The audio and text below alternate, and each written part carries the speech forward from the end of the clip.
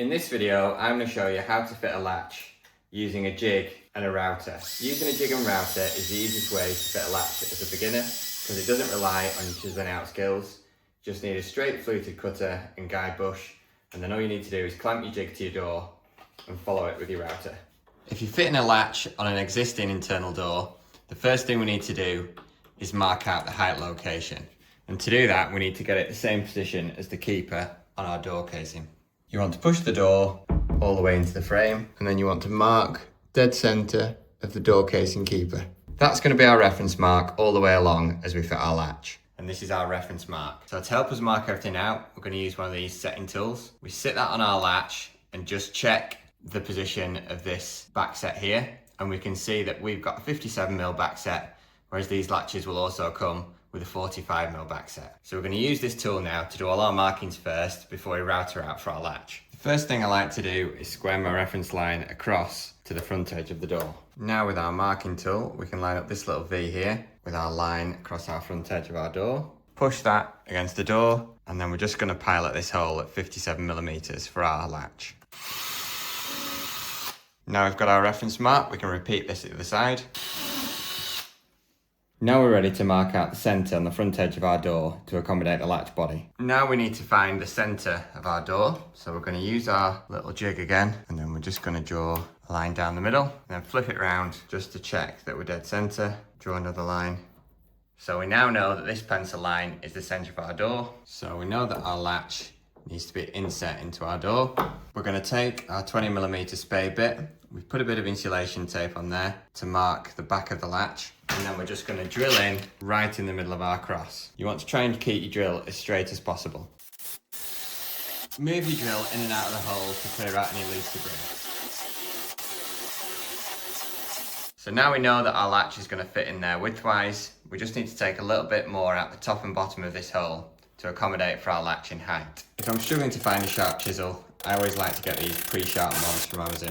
Not all chisels are sold pre-sharpened, whereas these can be put straight to use. Now we've chiseled out our hole wide enough for our latch body to slot into our door. Before we can router out our latch with our jig, we first need to mark the latch location. So you want to push the latch flat back to the door. You want to make sure the latch is in the middle of the door, and then you just want to draw around it with a sharp pencil.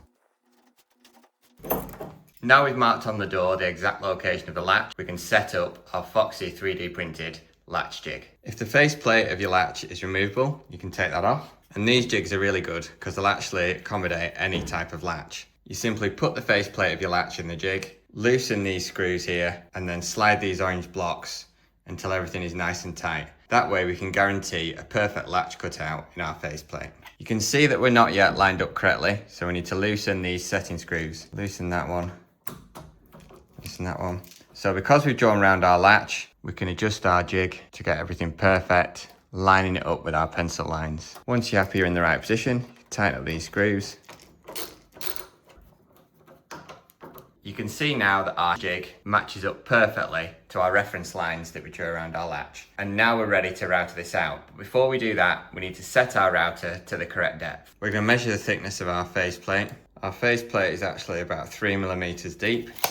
So we can use our jig and set our router up to 3mm using this notch in the middle. You want to free up your router's depth adjustment. So in my case, loosen that slides freely. Just want to line everything up neatly. Once we've got that in place, we know we're only going to router out to a depth of 3mm. Then we can lock our router off and we're ready to follow our jig to put our latch into the edge of our door. I always like to sit my jig onto my router upside down just to double check that it looks like it's cutting into the correct depth. You want to make sure all the screws are tight in your jig before you start using your router. You can use a couple of quick clamps to get everything secured in place. I highly recommend using these smaller ones. They just work a bit better with this type of jig. So now we've set our router cutter to the correct depth, and we've got a straight fluted router cutter here with a guide bush. We're ready to start following our jig and cutting out for our latch faceplate. The reason we drilled out our hole is so that we've got somewhere to start our router. So you want to place it in the center of your door, and then you can turn your router on and follow your jig. We'll put links to everything we've used down in the description. You want to stop the router back in the center of the door. We're now going to remove our jig and clamps and check to see how good we've got the fit. There are two ways to clean up the edges. You can either use one of these trend corner chisels that will actually chisel out a corner in one go, but I always just like to use a regular chisel because you need one of these when fitting latches anyway.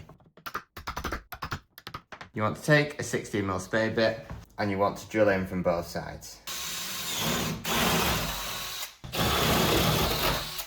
And slot that in there, and you can see we've got a really neatly fitting latch faceplate. The reason I like to drill this hole out is because we can take our handle spindle and flick our latch out if we need to remove it. But using a jig means that you're guaranteed to get a perfect cutout for your latch every time. They also make one for hinges, and I'll attach a link to the video where we show you how to use that. Now all we need to do is secure our latch into place.